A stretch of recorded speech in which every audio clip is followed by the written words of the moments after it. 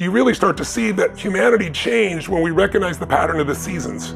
As soon as we understood seasons, we didn't have to be wandering through the desert anymore, searching for things. We could stay, we could grow crops, because we found out if you plant in the winter, it doesn't matter how hard you work, nothing happens. But when you know the right time to plant, when you know how to do the right thing at the right time, then all of a sudden humanity grew into communities and cities and states and everything else.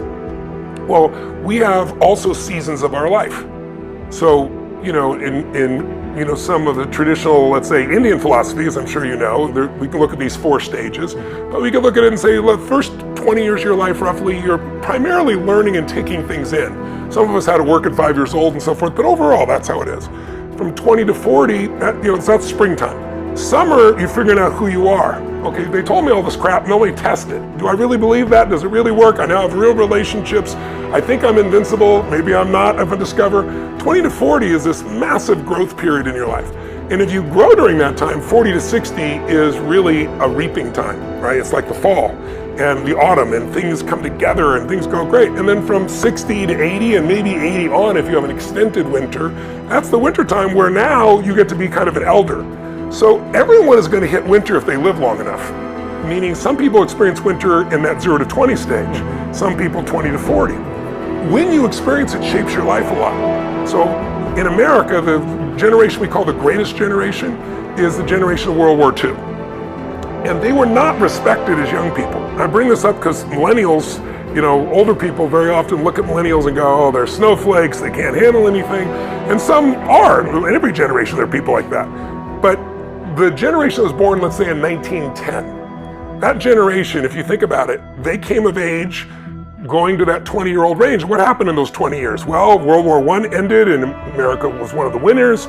And then there was the roaring 20s and new technology and cars and parties and all this abundance. It was everywhere. So they grew up thinking that's what their life was going to be like. And at 19 years old, if they're born in 1910, it was 1929. And the whole world, around the world, people jumping out of buildings, the Dust Bowl in the middle of the place, jobs lost. I mean, it was intense. And they were called flappers. They were not respected. They were just partiers. They didn't give a damn about anything. They had no responsibility. And suddenly life hit them and they grew. They had to. And they went through 10 years of that depression only to make it to 29 years old when it's now 1939 and World War II breaks out. And you and I weren't alive then, but anybody alive then will tell you Hitler was winning. Countries were dropping, and your country in London was being bombed. I mean, it did not look like we were going to win. It was dark, right? And they made it through that, went over, fought the war, and won. So they had this stage of their life from 20 to 40, which was a horrendous experience, but it made them so strong, and they came back heroes, and they started the next springtime, because that was winter, right? So next springtime was the late 40s after World War II through the 1950s, early 60s until Kennedy was shot. That kind of 18, 20-year period was a period of great prosperity and growth, and everything's easy. And then you have a summer, which is always internal conflict. And you can see this in 1,000 years of Roman history. Every 80 to 100 years, you see the same patterns. And then after that, you have another fall where finances flow, stock markets rise, everything blows again. This happens over and over and over again through history. So when you see it, it gives you perspective. And so we're in winter right now. We've been in winter since about 2008, and we're not done. We probably got another 6, if history shows, if it's repetitive, it's not exact. Yeah. There's probably another 7 or 8 years of this. And what happens in winter is the external world the last winter was World War II. And the external world is reformed. Different countries relate in a different way.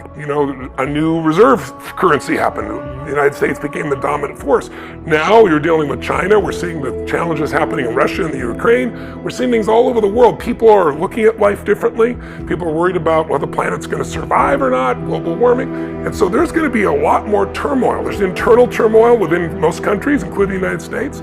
But what I try to tell people, and hopefully helps them, is winter does not last forever. No pandemic has lasted forever. No war has lasted forever. And what's next is springtime. Now, if you were God, wouldn't you work it out that way? After the vicious night, you have this beautiful day. After the tough winter, there's this nice springtime. So the goal right now is to get strong in winter, not to fold. If you can be strong in this season, in your business, in your life, then when springtime comes, it's a piece of cake. And if you do well in business during this time, if you look at the Fortune 1000, 65% of them were born in a winter, in a depression or a recession. whether it's Exxon or it's Disney and depressions, or whether it's Pizza Hut to Federal Express that was done in a recession, or Apple or Microsoft in a recession. So if you do well then, you tend to do well through time. And so this is a time, not to say, oh, it's winter, I'm gonna freeze to death. It's like, no, it's a time to learn, grow, expand, spend time with your family, snowboard, take advantage of the season, and don't think the season is forever. And if you read a book like this, it's a book that, like, some of the greatest leaders I know have all read this book. They also wrote a book called Generations. It's about 550 pages of Anglo-American history. And it shows how each generation affects it. So what you start seeing is, there's patterns here. There's patterns in history. This isn't forever. How do I use what's in front of me instead of freaking out and saying, oh my God, the whole world's coming to an end? Because it looks like that when the dark night of the winter happens, or the dark night of the soul. Yeah. Tony, thank you so much. Thank you. Everyone,